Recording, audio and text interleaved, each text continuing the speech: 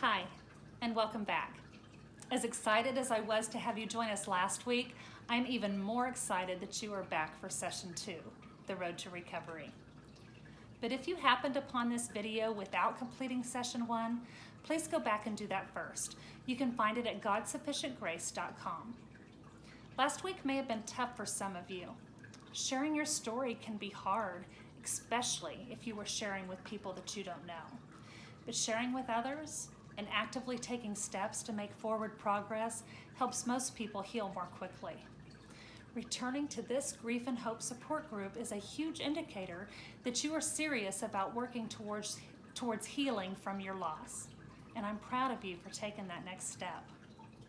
If you worked on the questions in session 2, way to go.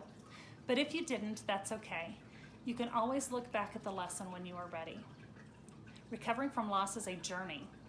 You're on that road now, and whether you go 5 miles an hour or 50 doesn't matter. Let's just keep moving. Don't go too fast though. Speeding won't help you get there any faster and might lead you to miss seeing everything that you should. In the lessons, the questions with the stars next to them are great ones to share with your group. So when you get ready for the lesson, glance at them briefly and consider what you are willing to share aloud with your group. But if you don't want to share, that's okay too. Remember that there is no right way to grieve, so there are no right or wrong answers. Some of the concepts that we covered in this week's session are about the feelings that we experienced with our loss.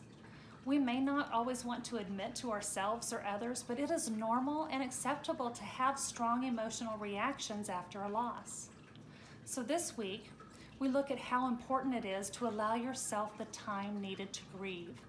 You may even need to set aside extra stress that you put on yourself or some of those normal tasks to give yourself time for the grieving process. We also explored how looking at your situation from another person's point of view may be helpful and even give you insight into your grief. So if you haven't tried this yet, be sure to give it a try. You can begin with something like, let me tell you about what happened to a friend of mine. Then tell your story from that friend's perspective. You might be surprised at how much more patience, grace, and understanding you would offer to someone else if they were in your shoes. Now give yourself that same patience, grace, and understanding. Before you get into your group discussion, I want to read you part of a poem. I found it online and it's called Seasons of Grief by Belinda Stotler, and I'm only going to look at the first 3 verses. Shall I wither and fall like an autumn leaf? From this deep sorrow, from this painful grief, how can I go on or find a way to be strong? Will I ever again enjoy life's sweet song? Sometimes a warm memory sheds light in the dark and eases the pain like the song of a meadowlark. Then it flits away on silent wings and I'm alone, hungering for more of the light it had shown. Shall grief's bitter cold sadness consume me like a winter storm on a vast angry sea? How can I fill the void and deep desperate need to replant my heart with hope's lovely seed? That's what we're going to do in this course. Replant your heart with hope's lovely seed. As we begin to process our story, you might have trouble putting it into words. And I found something that I have never heard of before, and it was at whatsyourgrief.com.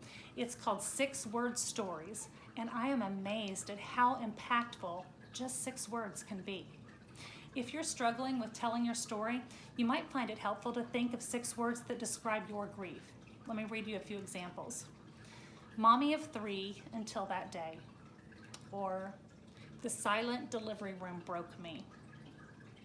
Happily ever after ended rather prematurely.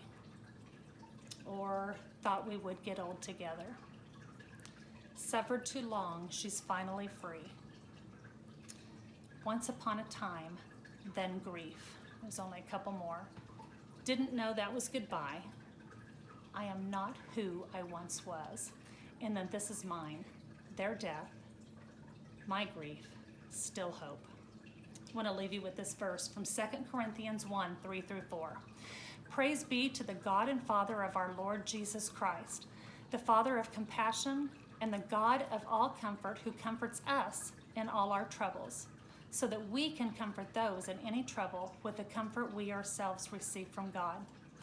That's what I want to do here. I want to take the comfort that God gave me, and I want to help comfort you. And I hope that you can take that comfort and comfort others as well. I hope you have a great week.